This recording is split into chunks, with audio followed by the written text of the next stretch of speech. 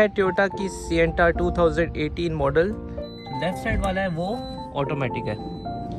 और से अगर देखें ना, इसका ग्रीन कलर, ऑरेंज कलर और ब्लू कलर के धागे जो से जगह जगह पे इस्तेमाल किए हुए हैं। अच्छा, इंजन की कोई आवाज़ नहीं आई, मैं समझा कोई इंजन की आवाज़ आएगी, इसमें कोई इंजन की आवाज़ नहीं थी। बड़ी अच्छी स्टाइलिश इन्होंने ये ट्रे दी हुई है। यहाँ पे कुछ होना चाहिए था, इस जगह पे कुछ भी नहीं है। ये बिल्कुल खाली जगह है, प्लेन जगह है। ये पीछे जो सी है काफ़ी तंग है।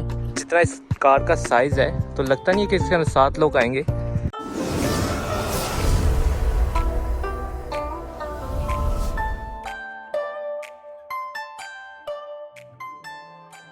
अस्सलाम वालेकुम नाज़रीन, मैं हूं उमर। और नाज़रीन, आज जो मैं गाड़ी आपको दिखाऊंगा, अभी मैं उसके अंदर बैठा हुआ हूं। मैं यहां से रिव्यू स्टार्ट करूंगा, बाहर इसलिए नहीं क्योंकि हवा आज थोड़ी सी तेज़ है बाहर, मेरी आवाज़ जो सी ख़राब हो जाती है।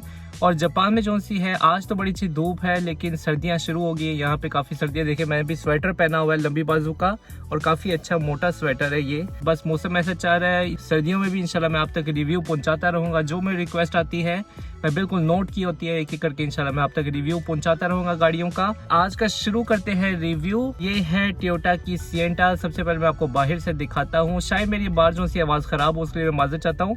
2018 की सिएंटा है, वो हम देखना शुरू करते हैं पहले बाहर से। और वीडियो के एंड पे मैं आपको इसकी जापान की आज के ऑक्शन की प्राइस भी बताऊंगा, तो मैं वीडियो जो सी है ज़रूर एंड तक देखें। और अगर अभी तक किसी ने मेरे चैनल सब्सक्राइब नहीं किया तो ज़रूर सब्सक्राइब कर लें। तो देखना शुरू करते हैं इसको।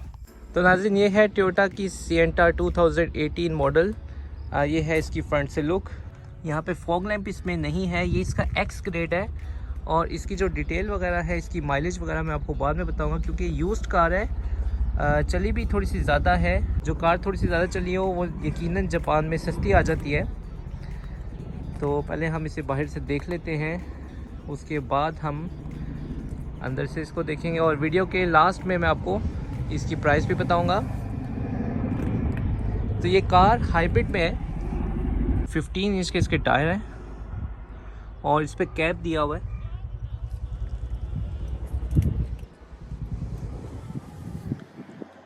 तो सिएंटा आप देखें, इस साइज़ में ये कार 7 पैसेंजर के लिए देखें। हालांकि इसका साइज़ इतना बड़ा नहीं है, लेकिन फिर भी ये कार में 7 लोग आराम से आ जाते हैं।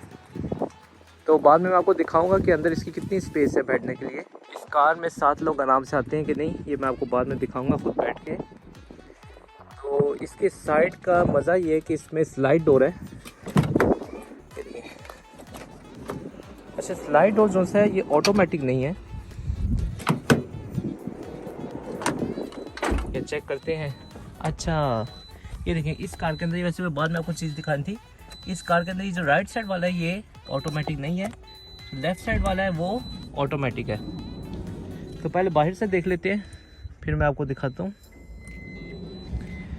तो गाड़ी अगर आपने बाई करनी है जापान से, तो आप ज़रूर इस चीज़ को चेक कर लें कि ये कार दोनों साइड से स्लाइड डोर है कि नहीं। और अगर एक साइड से, तो यकीनन इसकी प्राइस थोड़ी सी आपको सस्ती मिलेगी जापान से। तो ये है इसकी बैक से लुक। तो बैक में वाइपर भी आता है, शेप इसकी ये सामने है आपके। तो ये कार व्हील चेयर वगैरह के लिए भी इस्तेमाल होती है। और बैक साइड की आप शेप देखें कि यहाँ से यूँ नीचे तक ये जुड़ी हुई है। मुझे बिल्कुल याद है, इन स्टिकर के बारे में मैं आपको बताना है बहुत जल्द वीडियो में।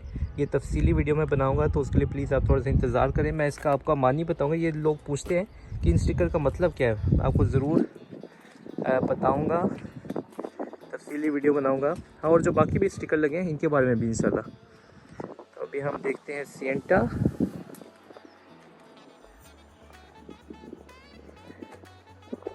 तो ये वाला साइड जो सी है ये है ऑटोमेटिक डोर।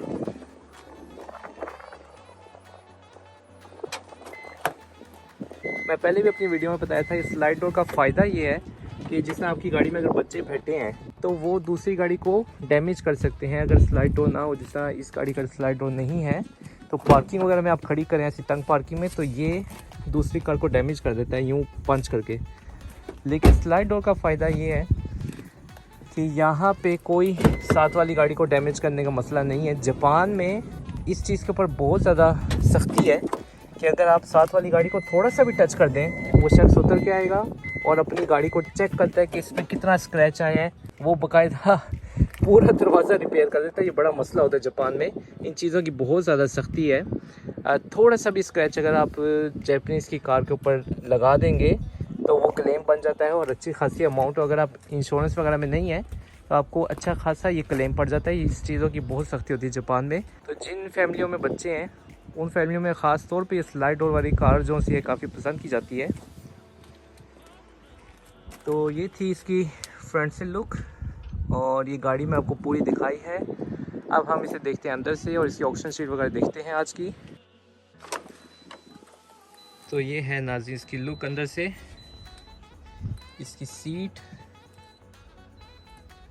जो कि कपड़े की बनी हुई है, और गौर से देखें इसके अंदर तो वैसे ये ग्रे लगती है, गौर से अगर देखें ना इसके अंदर ग्रीन कलर, ऑरेंज कलर और ब्लू कलर के धागे जो से जगह जगह पे इस्तेमाल किए हुए हैं। इसमें हम बैठ के देखते हैं।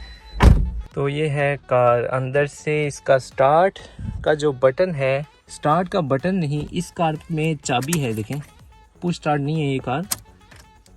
तो इसको हमने किया स्टार्ट।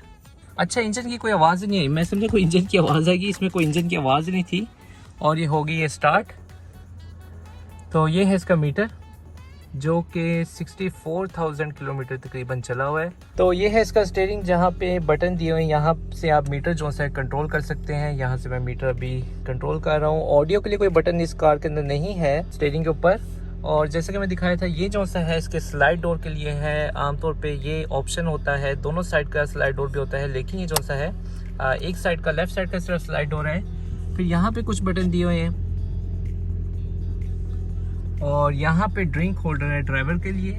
फिर इस साइड पे भी कुछ बटन है, इको मोड वगैरह, ईवी मोड वगैरह, यहाँ पे भी बटन दिए हैं। फिर हम देखते हैं इस साइड पे, तो यहाँ पे नेविगेशन है जो कि टोयोटा का ओरिजिनल नेविगेशन है।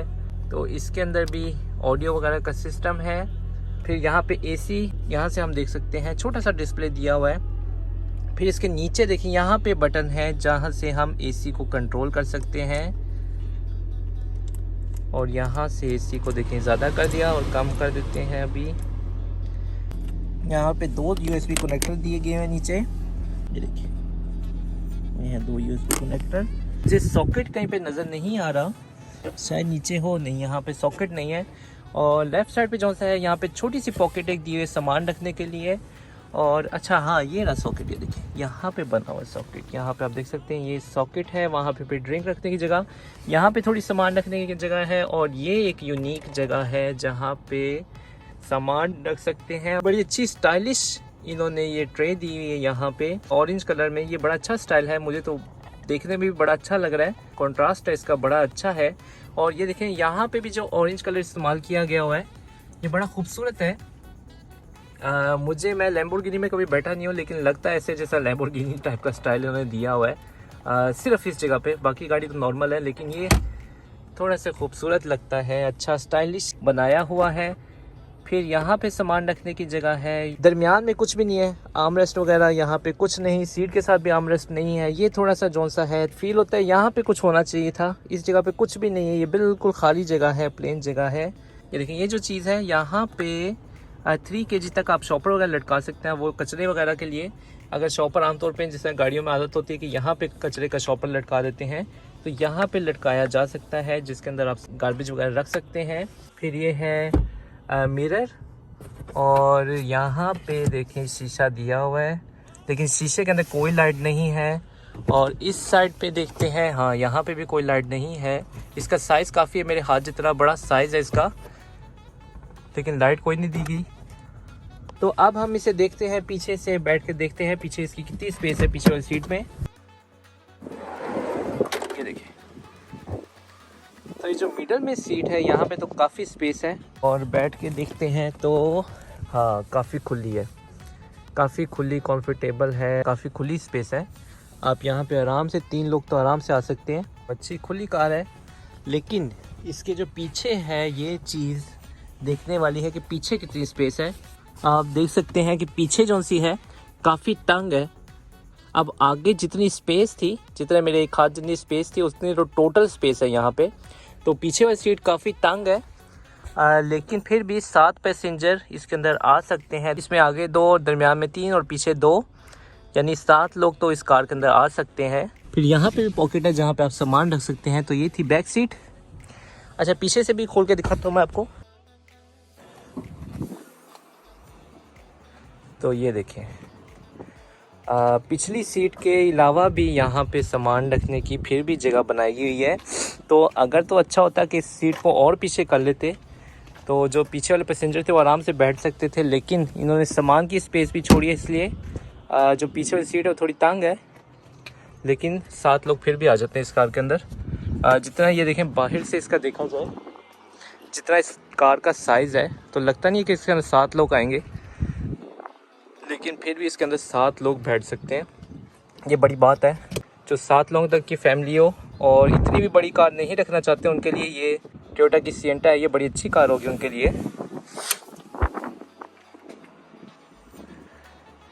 तो अब देखते हैं इसकी ऑक्शन शीट।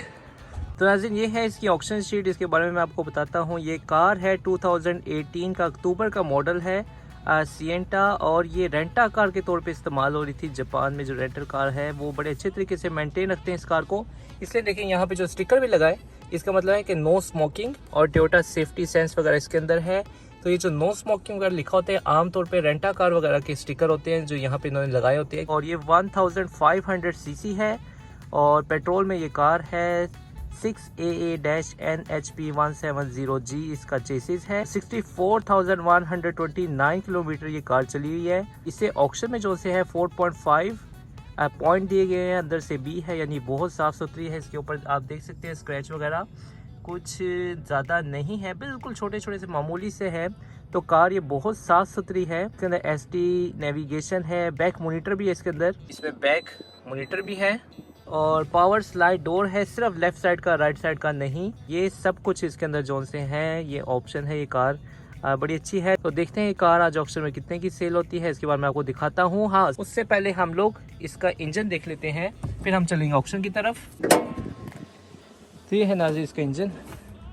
जो कंडीशन है इसकी, काफ़ी मट्टी चढ़ी हुई है इसके ऊपर, लेकिन कोई ख़ास इसके अंदर मसला वगैरह तो नहीं नज़र आ रहा, सिर्फ थोड़ी सी सफाई होने वाली है। बाकी इंजन की कंडीशन जो है परफेक्ट है, कोई मसला नहीं। तो नाज़रीन, ये वाली कार ऑक्शन में सेलर ने आज सेल नहीं की, लेकिन इसकी बिल्कुल मिलती जुलती कार की मैंने मार्केट वैल्यू सर्च की है। तो ये तकरीबन पुश प्राइस है इसकी 1398000।